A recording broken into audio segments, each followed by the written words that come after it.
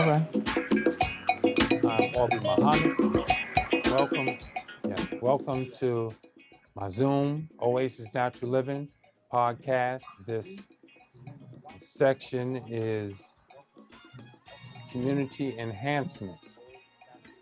And this subject is what just happened in Hempstead in March 15th election. And I have Randy Stith, the candidates from the election, myself, Aubrey Muhammad, Randy Stith, Supreme Allah Mathematics, and Noah Burrows was invited to the meeting, but he said there was a conflict of his scheduling, so he couldn't make it. So he's a no-show. All right, I'd like to start just asking, it's me, Randy, in mathematics, and I would just like to ask us, what we felt about the election and basically what happened 15th of the trustee election. Anyone, you can kick in anytime. Feel free to comment as you please. And and if anyone has questions on the Facebook Live, if you can see those questions, you can answer them if you want. But mainly, this is a chat between us three, just chopping up news and chat about what happened. Peace. Feel free to speak freely, my brothers. Peace.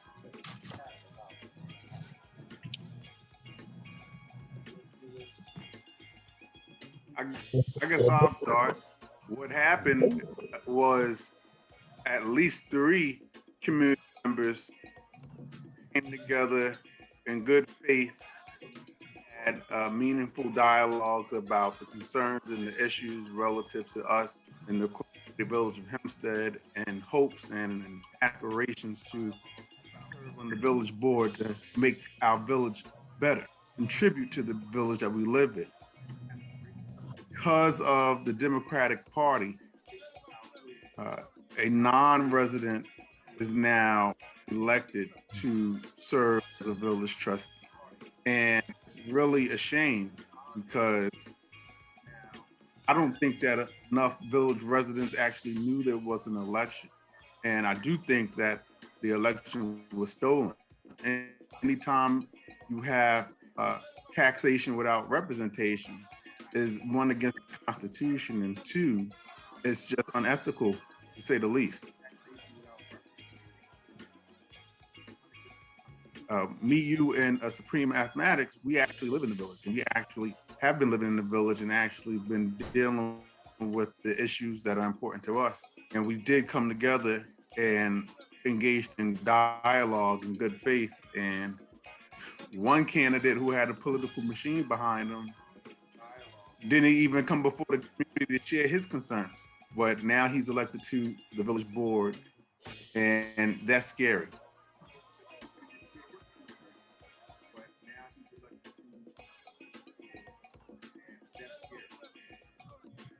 Well, not only scary, it's something that has to have a remedy to it. And the remedy to it is bringing the noise to the gallery. I mean, in this political world, it's about the people's voice has to be heard, and the people have to be informed. The problem about our Hempstead community is that there's no education. You say representation, but the name of the game is communication to get that representation. And we don't have that. What we have to create is mechanism to inform the community on the real deal. And here's the biggest problem that we just don't see. Trustees are elected truthfully by the clerk. The clerk is our problem, because those people that handle the election have no knowledge of what they're doing, misread numbers. And I seen one guy took his paperwork in the back room and came up with a whole different slate of numbers. That's right. So it tells you that then the absentee applications, the chair people are deciding on whose absentee application, or I should say ballot, is accepted and who's not accepted. There's something wrong with the training of the inspectors during the election process. And not only that, there's a problem with the clerk not being an elected official. The clerk of the village of Hempstead should be an elected official, not appointed by the mayor. because she's doing the mayor's bidding, regardless of who that mayor may be. So we don't have a representation in the clerk's office, nor during the elections there's representation for the candidate's best interests as a whole. And 9 times out of 10, there's two sides to the inspectors, the Democrats and the Republicans. So the Republicans probably walked away from this election, and all Democrats were the inspectors. We need to check that out too. How many Democrat inspectors, how many Republican inspectors were there on those teams to keep us balanced and keep us fair and keep us even? And I've seen at least 2 to 3 people in the back room and came back with different numbers. So that's a problem. That's an actual fact. I witnessed that too. Let me say about Patricia Perez, though, Sister Patricia Perez, she's been across many she's been the clerk for quite some time. So she's been, the Republicans were in there, and Wayne Hall was in there. I think Samantha Fontaine was the deputy clerk. So she's been in under different administrations. So Don Ryan felt her proficient enough, to keep her in there. But you're correct. We need some oversight, because we were standing there and we saw those different results. What I'm saying is, she does the bidding of the mayor, whoever that beast may be. Yeah. Okay. And she's not protecting the community at large. She's protecting her job interests and the mayor's bidding, whether that may be. And I give you a good example. If you want to put a resolution forward, you should be able to file it to the clerk's office, and she put that resolution up. It doesn't go that way. She takes that resolution over to the mayor's office. The mayor says he doesn't want it on the table. It doesn't come up on the table. That's what I'm talking about. Okay, I can respect that. Yeah, because I did see some hanky-panky. They fudged numbers right there in front of our faces. We saw them go in the back room and come up with different numbers. And I think immediately a person like that, a canvasser inspector from the polling place, that would bring in, that would interpret what they're looking at on the paper. I believe that when they fudge numbers and the ticker tape comes up with a different number from that blue printout from the computer, I think a person like that should be held accountable, should be called out right there. That person shouldn't be doing elections again. And not only should they be fired, but they should be banned from you fudging numbers. And we watched that happen right in front of us. You made the correction there. I was watching it. I believe we recorded that. And I think that I had some concerns relative to some concerns relative to the village clerk, because it was numerous times I went to village and the vice chair for the Nassau County Democratic Party, who's also the campaign manager for trustee-elect Noah Burrows, was behind the doors with the village clerk. And I know you guys had mentioned it, but I actually experienced it. Absentee ballot was mailed to my great aunt, who's on the permanently disabled list, comes from the village, and it had Noah Burrows literature in it. Now that comes sealed. That comes directly from the village. Wow. You're on the permanently list. So I asked her by email, did she do it? She said no. So who else could have done it?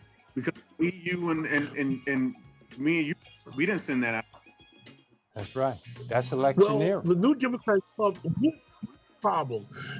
Here's the problem, and I'll tell you, and you know why it works for the Board of Elections. They have total access to the disabled list, but it's a HIPAA law being broken. The Privacy Act of Health Privacy Act is being broken, and not only that, it's electioneering is being done at the same time. If you're going to give a person an application for an absentee application, you're not supposed to persuade them to vote for a candidate. It's supposed to be non-discriminative. But if you put a candidate's information with that application, you're saying to that person, you're electioneering, you're saying to that person, this is your candidate you should vote for. So that needs to change. And I don't know where we change that at. It must be in court, because it doesn't sound like something that the clerk's going to be able to change. They get a listing. Anybody can buy a list of the disabled list looks like, that the Board of Elections letting it go. Or she's making it free public, whatever that may be, I don't know. but they're utilizing that and canvassing at the same time. There's something wrong with that. That's right. That's phenomenal. That candidates' campaign promotional material will be included in the absentee ballot, a sealed absentee ballot. That just crosses the line. Don't you know, if you go on the U.S. mail and you tamper with U.S. mail, that's fines and jail time. Did anybody foil the canvassing yet to see how many absentee applications were in each precinct? No, but something happened. No, and I actually thought Catherine Garry's and Lamont Johnson had asked to know how many absentee ballots came in. So is that different from what you're saying? The canvassing, is that different from what they asked for? Well, the canvassing is going to tell us how many was in the machine and how many applications. And the reason why I'm bringing that up is because I know for a fact my son's application was not read. So that means that the chairperson decided not to read those ballots. And that's a problem. If a person's disabled sends in material to be voted in, it should be counted. And I noticed certain precincts came in with 0. I don't even know if it's 0, but it looks like the absentee applications weren't counted. So we need to find out how many absentee applications were in each precinct and how many was thrown out.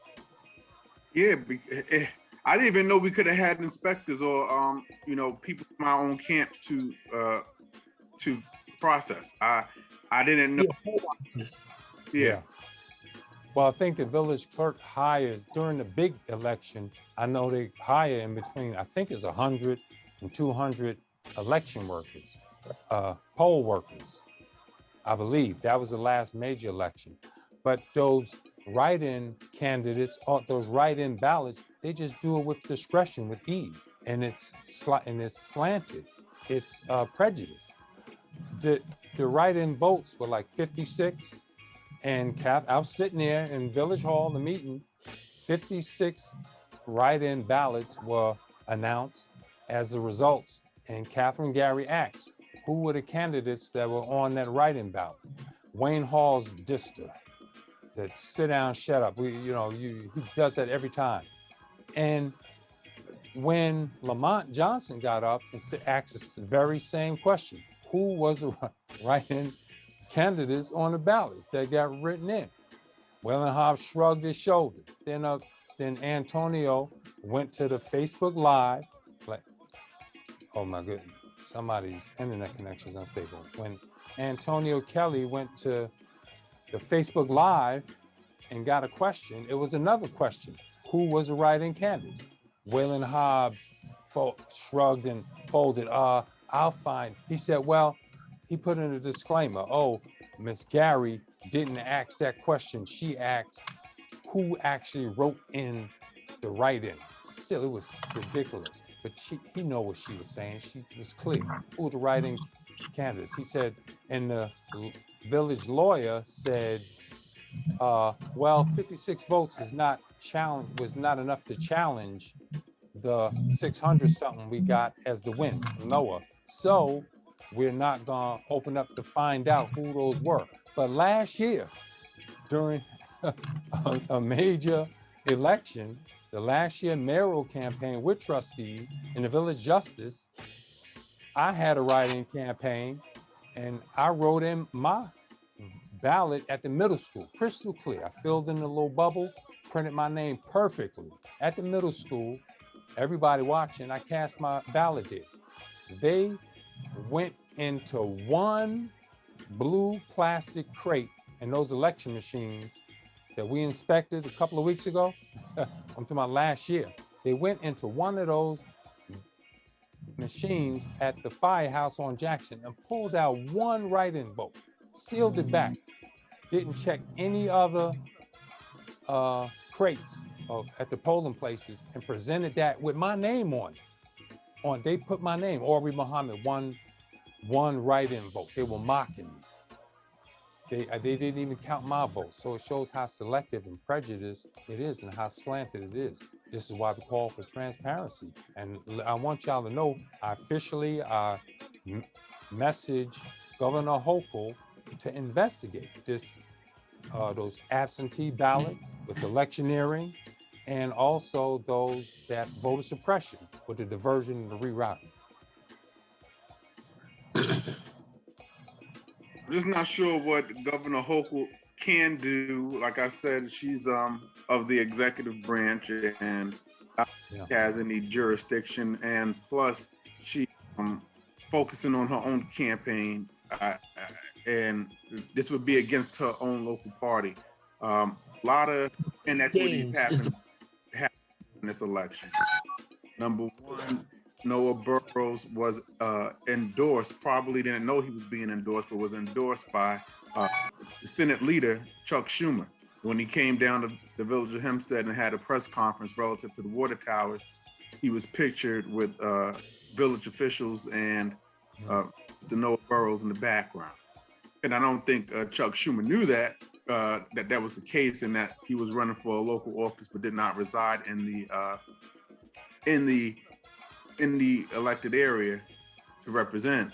But that was a game that they was able to play. And again, the Democratic Party locally, Nassau County, and the tools to, one, have a smear campaign, and two, have a absentee campaign where they knew who the permanently disabled people were. And because the board being predominantly actually all Democratic elected persons, they was able to send Noah's literature out with consequences.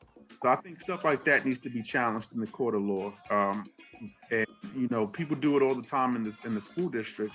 They have oversight for the elections, but this is clear and cut that we now need oversight in the village elections. We can't trust the village clerk and the attorneys to adequately run the elections. In case in point, how they refused to tell us who actually made the ballots. We found out our ballot positions 2 weeks, I think 2 weeks before the election. That's right. Because there was a lawsuit going on in the Supreme Court, which had nothing to do with the village clerk telling us who had enough petitions to make the official ballot. After emailing and asking questions, and 3 days before that case was resolved in the Supreme Court, we got a phone call to come in, draw our vote. So all that was done intentionally. Yeah. So the person that has to be contacted is Letitia James, the state attorney general. Yes. Because the state attorney general is the person that makes the decision whether it's a case or not a case. The governor cannot make that determination. That's something that Letitia James herself personally would have to do. And she would have to go into that case, if it's a case. But I do know that there's some things against election law that is wrong. And they know that election law priority is wrong. They cannot send out applications for absentee with attachment of a candidate's campaign. It cannot be done. It's illegal, and they know it's illegal. They figure we don't have enough money to go into court to fight it, but that's illegal because they're breaking the HIPAA law for one, and they're breaking the election law for two, and they know that. It's an actual fact. How do we get Letitia James to act? Because I'm pretty sure all of us have been having with our constituencies. There's enough public outcry or enough public demand to change. One, because people didn't know it was a special election. Yeah. Two, because a lot of people aren't educated about the elections. The three of us get community members to say, you know what, Attorney General, happening right now in our village. It's a practice. We're at a disadvantage and we need relief. How do we get her to act? Good question. Yeah, we'll petition her. We'll put in that complaint, and we should get people to oversee this election, because Mayor Wayne Hall, he was overseeing the election, and Patricia Perez, she's a proficient clerk, but you're right.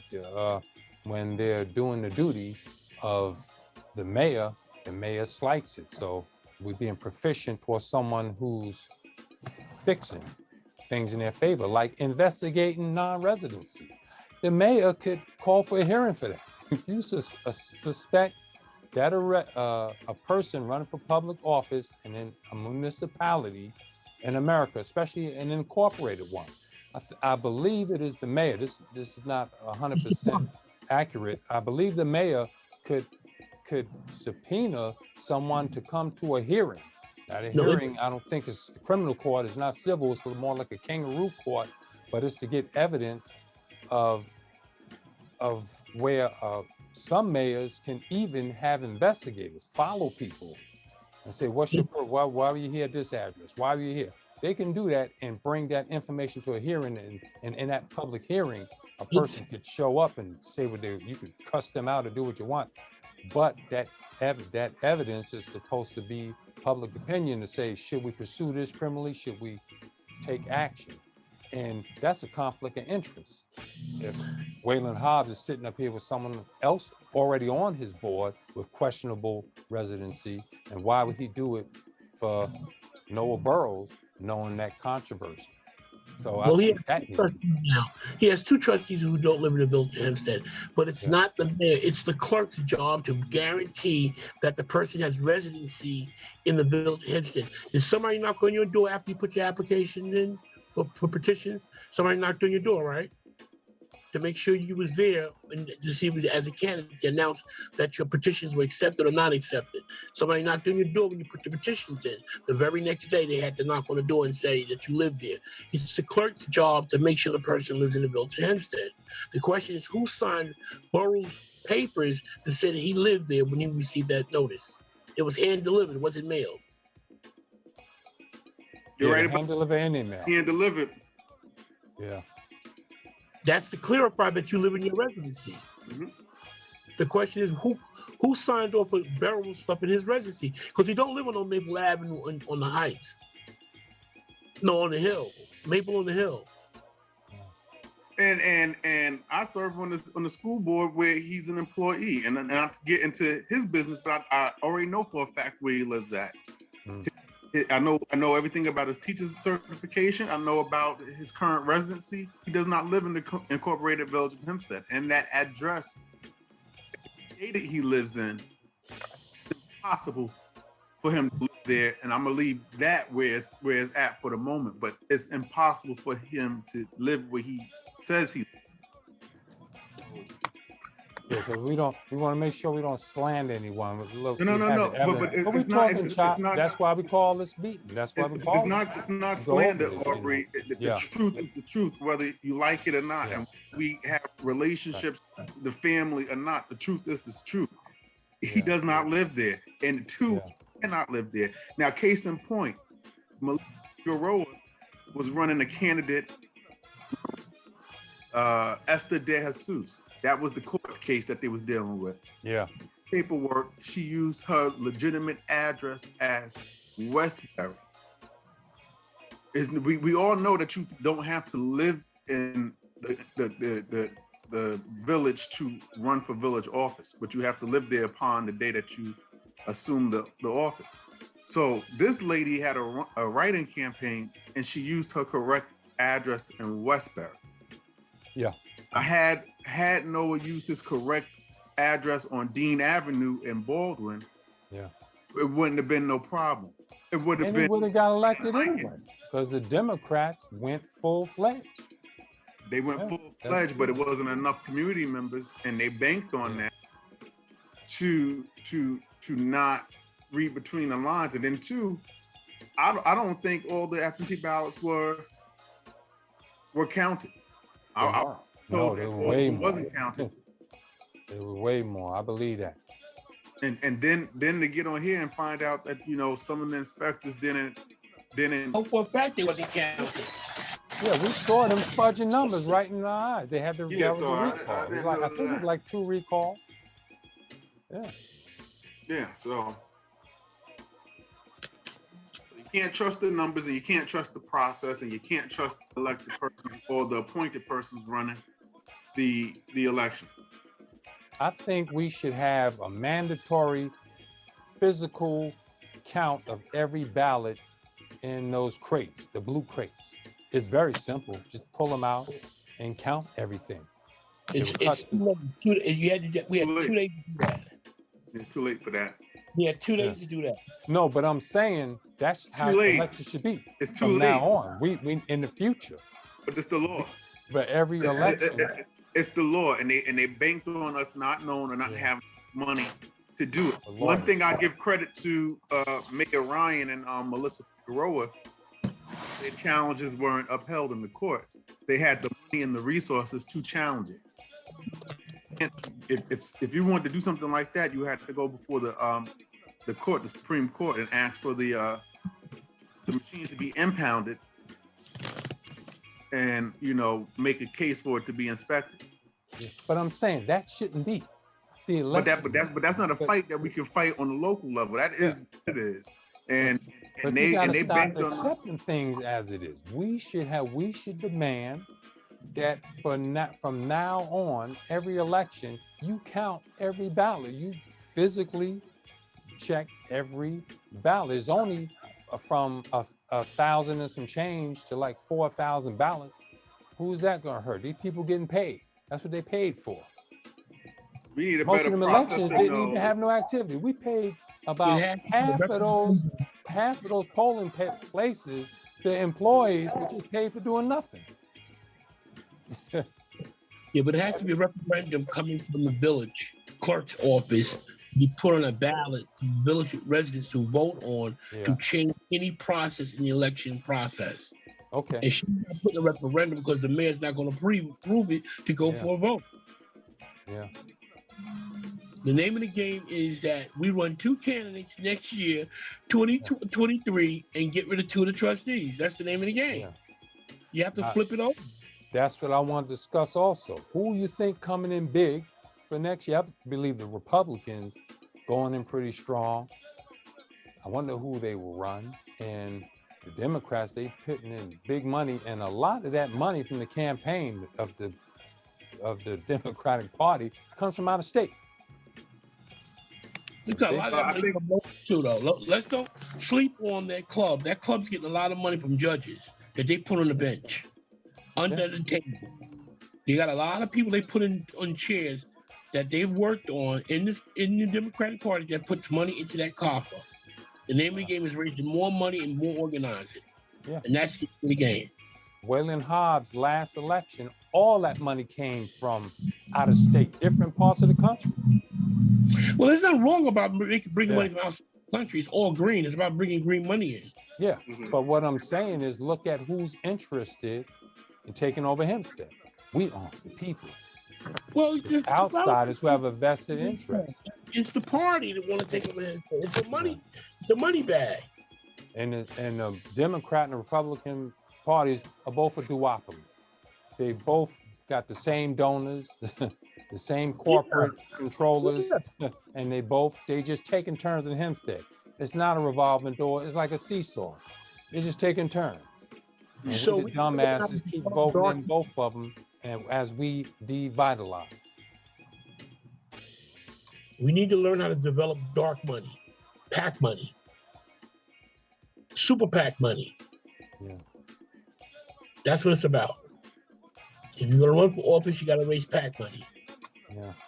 Which I think they should ban corporations, big donors from contributing to campaigns. I think they should ban it. And that's what But again, that's a fight you're not going to win. That's a larger issue if you have major corporations who back candidates for federal elections. That's right. That's not going to work here. What we need to do is play their game and beat them at their own game. And we need to galvanize and actually prove legitimately that these 2 candidates don't live where they say they live. And people could be the nicest people in the world. Us could have ran a successful campaign of office in the village of Freeport, the village of Garden City, office in the village of New Hyde Park, office in the village of any Floral Park, any of the other villages. We could not have done what has been done continuously here in the Incorporated Village of Hempstead. Well, the bottom line is the Democrat and Republican Party, they galvanize, they base, they get they got like 2,000 and some change voters each. The Republicans, dumbbells, they done lost their home.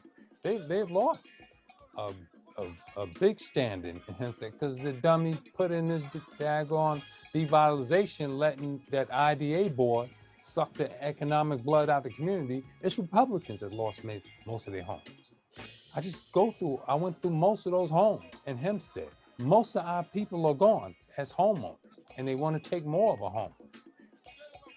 So those parties, every election, that's why the Republicans held out. They said, look, we'll skip this little 1 year. They're going to put in big money for the next 2 years. They're going to run on 2 lines. It's like me and Supreme, we did pretty well this election, but we split our votes. We split our votes.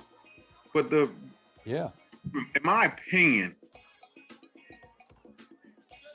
the Democrats always use, and I say the Democrats, I'm Democratic, but I guess, but they always use the absentee game.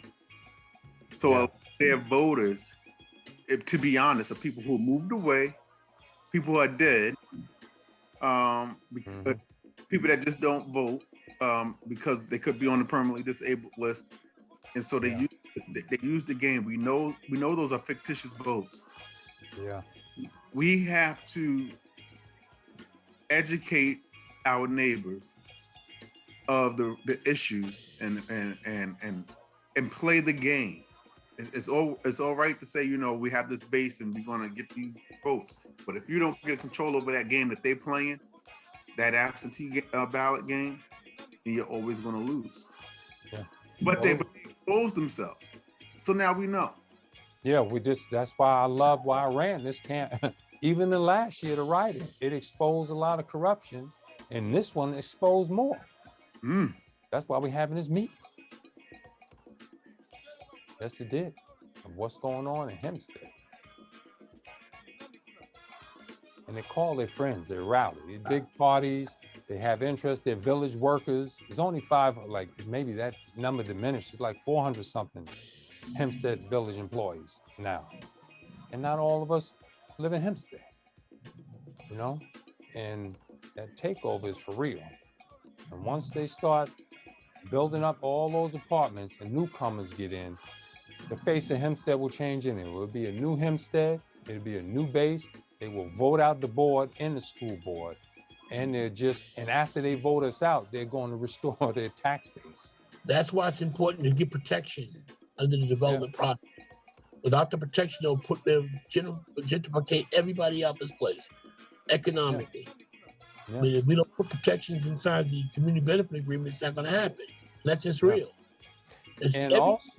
Every community, even from Bedford-Stuyvesant only up to Yonkers, as far as you can go, any development that comes to the community, they have to bow down to a community benefit agreement. Even Uniondale had a community benefit agreement, and they got a lot of things out of the developer that came to the Holly Patterson site. The name of the game is getting what you're going to get that's going to benefit your community out of any development project.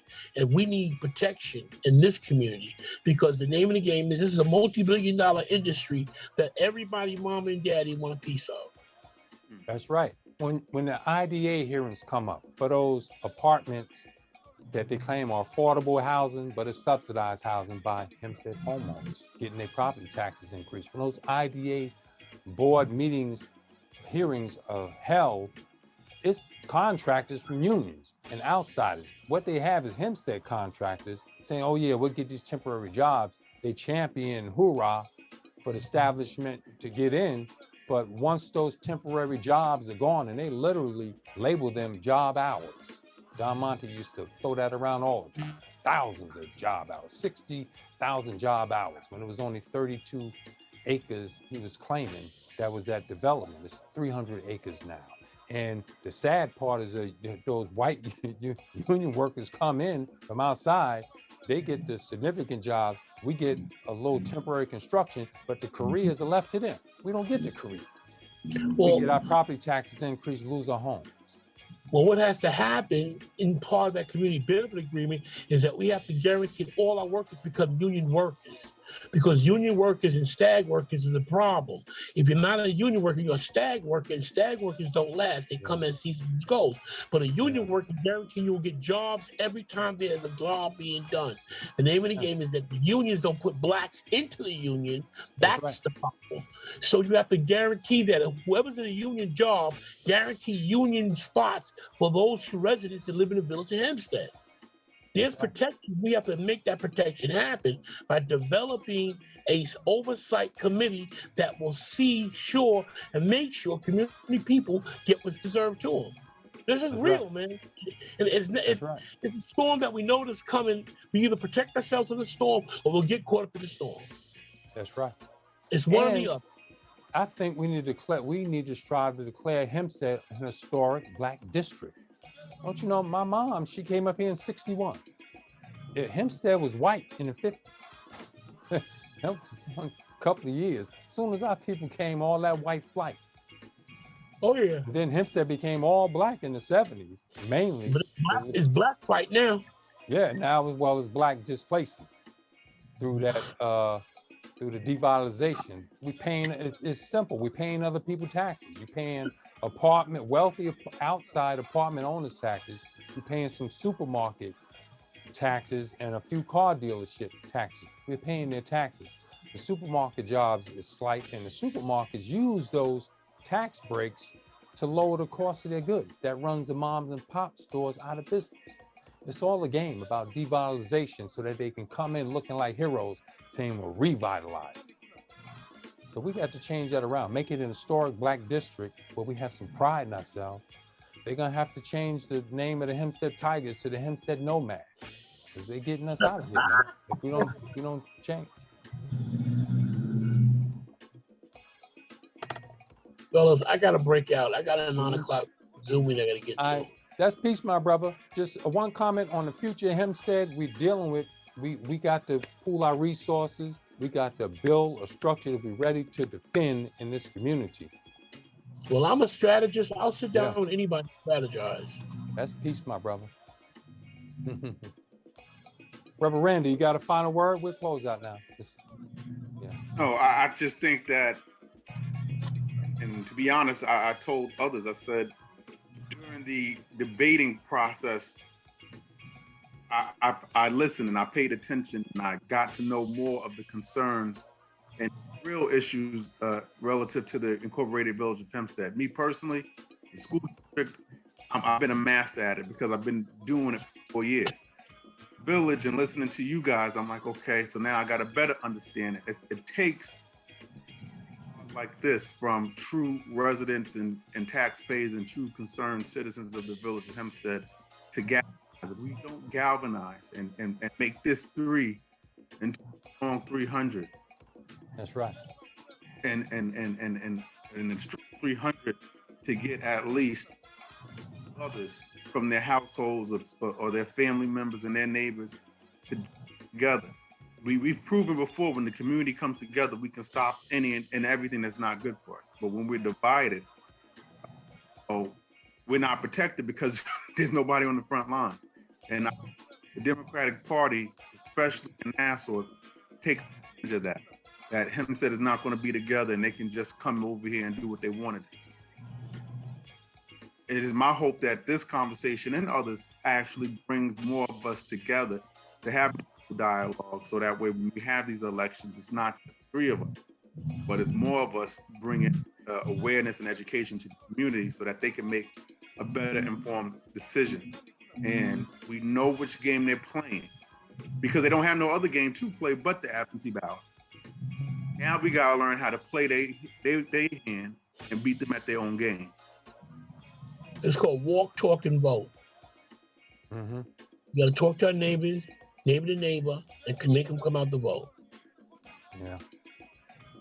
We got to, and we have a year to do it. So, what we placed the other day with a resident from Baldwin now telling us what to do, and I heard somebody say it, but it is kind of embarrassing, and it's enough. We have somebody from Uniondale and somebody from Baldwin telling us what's us here in Hempstead. And they're not, they're bobbleheads, man. Waylon Hobbs and that Democratic machine got them locked down. They're just puppets. Waylon Hobbs is too.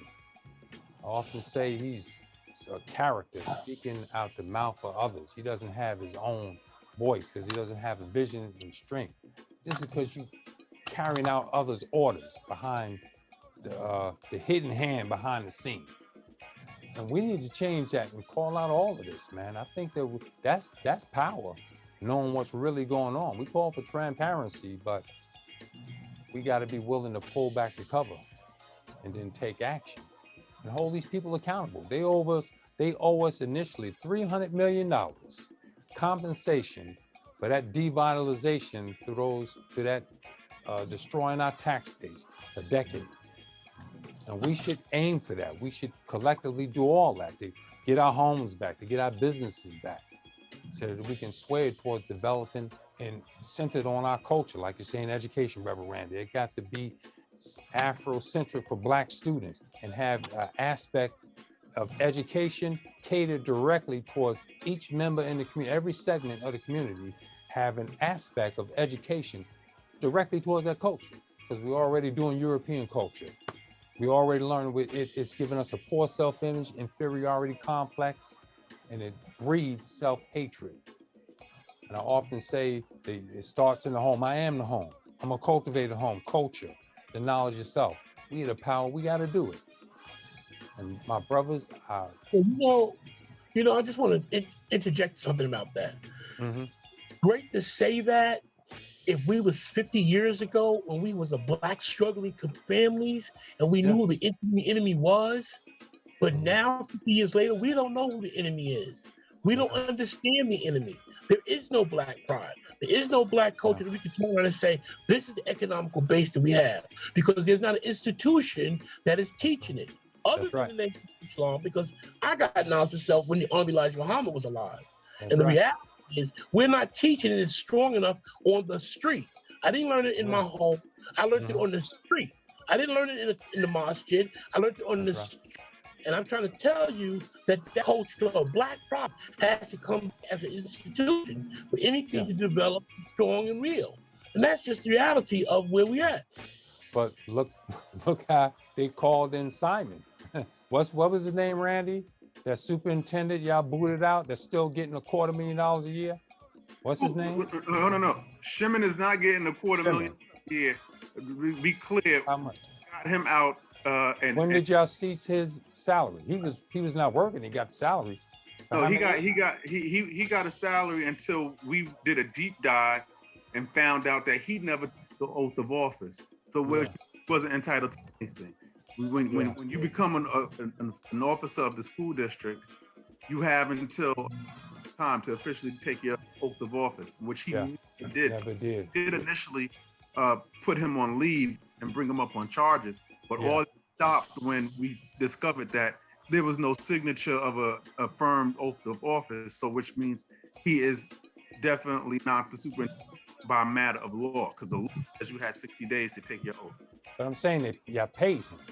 That's my point. And my point is, they brought him in. We didn't bring him in. Others brought him in with the objective of cultivating the gentry of this village. Well, peep this. Well, peep this, because we have a history of praising people who really aren't good in the community. And I pointed this out to people that really didn't realize it. When he was interviewing for the position, and I wasn't on the board then, he did in the law offices of Frederick K. Brewington. Yeah. And it was on CBS 2, and he was making us think that he wasn't going to get hired because of his Jewish faith. Yeah. And I made the realization. I said he's interviewing at Frederick K. Brewington's law offices, but at that time nobody knew the affiliation between him and Frederick Brewington. I knew what the office looked like because I've been in it. I knew what the lobby looked like. And so, how did you come to interview?